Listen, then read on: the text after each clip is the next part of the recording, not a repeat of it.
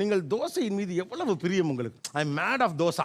எந்த லெவலுக்கு உங்களுக்கு தோசை பிடிக்கும்? சொல்ல மாட்டேன், செஞ்சு காட்டுறேன் பாரு. ஃபேமிலி தோசை ரொம்ப விரும்பி சாப்பிட்டேன். ஒரு தோசை ஃபுல்லாக வாங்கினா நான் ஒரே ஆளே சாப்பிட்ருவேன்.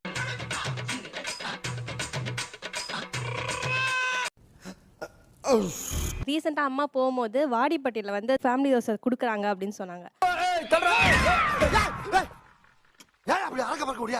அதுக்காண்டி இங்கேருந்து போனோம் பாண்டிச்சேரியிலேருந்து.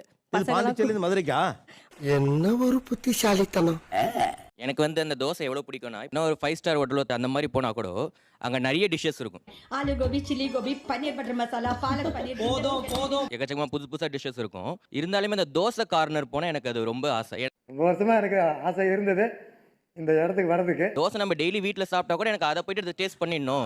இவர் தாங்க தோசை ரசிகரே. ஏமா இப்படி தப்பு பண்றீங்களம்மா? பிரியாணினா ஒரு எமோஷன் சொல்றீங்க இல்லையா, என்ன கேட்டா தோசைனா ஒரு ரிலேஷன் சார். என்ன டயலாக்டா? ஏன்பா அசிஸ்டன்ட் டைரக்டர் இந்த மாதிரி எழுத கத்துக்கங்கப்பா. தோசையால எனக்கு நிறைய ரிலேஷன்ஸ் கிடைச்சிருக்கு. தோசைக்காகவே நான் ரிலேஷன்ஷிப் பண்ணியிருக்கேன் நிறைய பேர் கூட. இப்போ நெய்பர்ஸ் எல்லாம் தமிழ் ஆளுங்க இருப்பாங்க. ஸோ நாமெல்லாம் அங்கே போய் நின்று அவங்க வீட்டில இருந்து வாசனையா தோசை வாசனை வரும். நம்மளுக்கு அந்த அளவுக்கு தோசை வராது, நம்ம அம்மாக்கும் வராது. சரி விடு, தெரிஞ்சு போச்சுல ஐயா சாமி விடு. ஸோ என்ன பண்ணலாம், சப்பாத்தி 4 டப்பால பேக் பண்ணி இந்தாங்க சப்பாத்தி சாப்பிடுங்க. அப்பயாச்சும் அவங்க தோசை தராங்களா? கொஞ்சம் வாயில ஊட்டி விடுங்க பாரு. ஐயா வாய் ஊறுதானே. ஓ, தோசை தர்றதுக்கா சப்பாத்தி கொடுக்கறது? என்னம்மா நீங்க இப்படி பண்றீங்களம்மா? தோசை சுடும்போது அந்த ஒரு சவுண்டு, அந்த சவுண்டு கேட்கும்போது என்ன சொல்றது, உள்ளுக்குள்ள இருந்து ஒரு இது வரும் பாருங்க. என்ன தோசை எப்படி வர்ணிக்கிறாங்க? அதானே எனக்கு ஒன்றும் புரியல.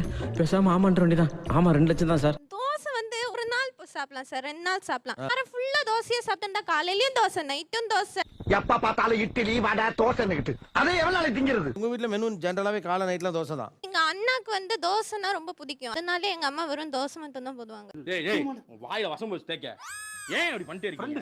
எங்க அண்ணா வந்து தோசை சாப்பிட ஆரம்பிச்சா 1 2 3 எல்லாம் முடிக்க மாட்டாங்க. 10 15 தோசை அது போகும். 12 எங்க அம்மாக்கு ஏதாவது டயர்டா இருந்துச்சுன்னா வந்து என்ன தோசை போட்டு சொல்லுவாங்க. எங்க அண்ணாக்கு போட்டுனா போதுமான்னு கேட்க கூடாதான். போதுமான்னு கேட்டான்னா வந்து அது சாப்பிட மூட போயிடுமா. இப்போ நம்ம சாப்பிட்டுக்கிட்டே இருக்கோம், போறோமான்னு கேட்டோன்னா அவனுடைய மைண்ட் செட் என்ன ஆகும்? I don't care.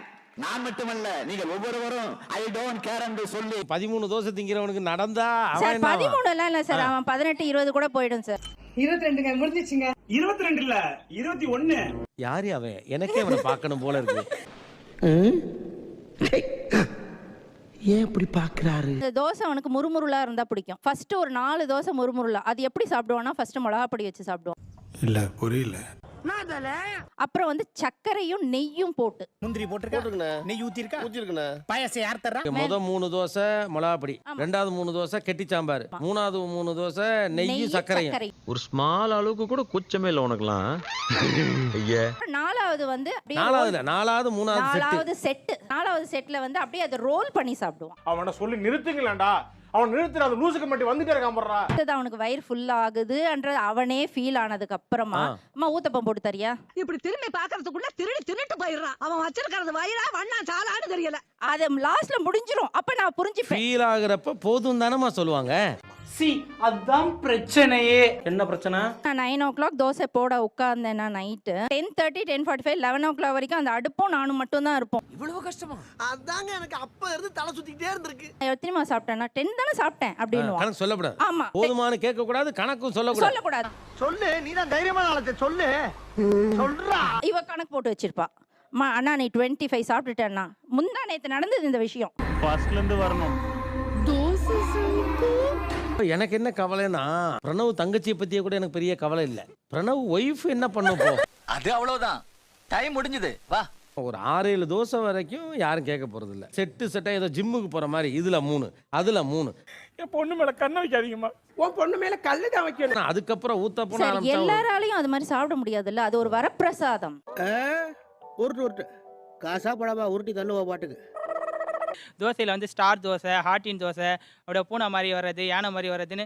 ஏப்பா மூக்குல புகை விடல. நான் என்ன வித்தியா காட்டுறேன். சில தோசையை பத்தி பேச ஆரம்பிச்சா எல்லாம் குழந்தை மாதிரி ஆயிடுறீங்க. அப்போ வந்து தோசை சுடுறதுக்கு ரொம்ப கஷ்டப்படுறாங்க. ஏன் நீ சாப்பிட்டுக்கிட்டே இருக்க, உனக்கு எதுக்கு இத்தனை தோசை? தம்பி இந்த வயசுல உட்காந்துருக்க உனக்கு போய் டிசைன் தோசையெல்லாம் சுட்டு கொடுக்க முடியுமாப்பா? நமக்கு இருக்கிற பிரச்சனையில இப்ப இந்த டவுட்லாம் தேவையாடா? மச்சான் சொல்டா. எனக்கு செய்யறதுக்கு வெறுப்பா இருக்குது. 5-6 தோசை சுடுற வேலை லிமிட்டா இருக்குது. அப்புறம் அப்படின்னும் போது காலையில 50 இட்லிக்கு மேல செல்லல, மத்தியானம் 80 முட்டையே தாண்ட மாட்டேங்குது. கஷ்டப்பட்டு எழுந்து நின்று ஸ்டவ் கிட்ட தோசை ஊத்தின நேரத்துல வந்து ஒரு முட்டை தோசை ஊத்தி கூடாதும் போது இன்னும் கொஞ்சம் கடுப்பாகும். போடாங்கடி எந்திரிச்சு அடிக்க போறேன் சப்பு சப்புன்னு. ஆனா டயர்டாய் வேணுமா போதுமா அப்படின்னு கேக்குற அளவுக்கு என்னால முடியலடா. தண்ணி எடுத்து பக்கத்துல வச்சு ஞாபகம் இல்லாம குடிச்சா வயிறு நிறைஞ்சிச்சு போதும் அப்படின்னு சொல்லுவாங்க. முதல்ல கஷ்டமா தான் இருக்கும், அப்புறம் பழகிடும். ஆனா தோசை வெறியனுங்களா, உங்களுக்கு பயந்து என்னென்ன டாக்டிக்ஸ்லாம் இந்த வயசுல பண்ண வேண்டியிருக்கு. சூதுவா தெரியாம வளர்ந்துட்டேன், என்ன பண்ண சொல்றீங்க? சூதுவாது தெரியாதா? 3 தோசைகள் வைப்பேன். இது ஊத்தி அந்த பபுள்ஸ் எடுக்கல, அடுத்த தோசை நான் ஊத்திடணும். எனக்குள்ள அந்த ஒரு காம்படிஷன் மாதிரி. ஐயோ, மீண்டும் மீண்டுமா? அவங்க போதும்னு சொல்லக்கூடாது. அது வரைக்கும் நான் அடுத்தடுத்து ஊத்திக்கிட்டே உங்களுக்கு இருக்கணும். சலிக்காதா நிறைய தோசை ஊத்த? எனக்கு அது ரொம்ப பிடிக்கும். உனக்கு பிடிக்குமா? எனக்கும் பிடிக்கும். எத்தனை தோசை நான் கணக்கெல்லாம் தெரியாது. அந்த பையனை தத்தெடுத்துக்கிறீங்களா? என் தம்பி அப்படி இருந்தா சார். தம்பி 5ல இருந்து மினிமம் 12ல இருந்து 15 வரைக்கும் சாப்பிடுவான். என்னடா இவன் சோத்துக்கு செத்தவனா இருப்பானோ? அதுவும் சாம்பார், தேங்காய் சட்னி, கருவாடு கூட்டு இதுக்கெல்லாம் செமையா அவன் கண்ட்ரோலே பண்ண முடியாது. பிஸ்கட்லாம் இருக்கு, எனக்கேவா? காலையில எந்திரிச்சு நம்ம பிரேக்ஃபாஸ்ட் சாப்பிட வரும்போது தோசைஞ்சன உடனே மனசுல ஒரு பயங்கர ஒரு சந்தோஷமா இருக்கும் சார்.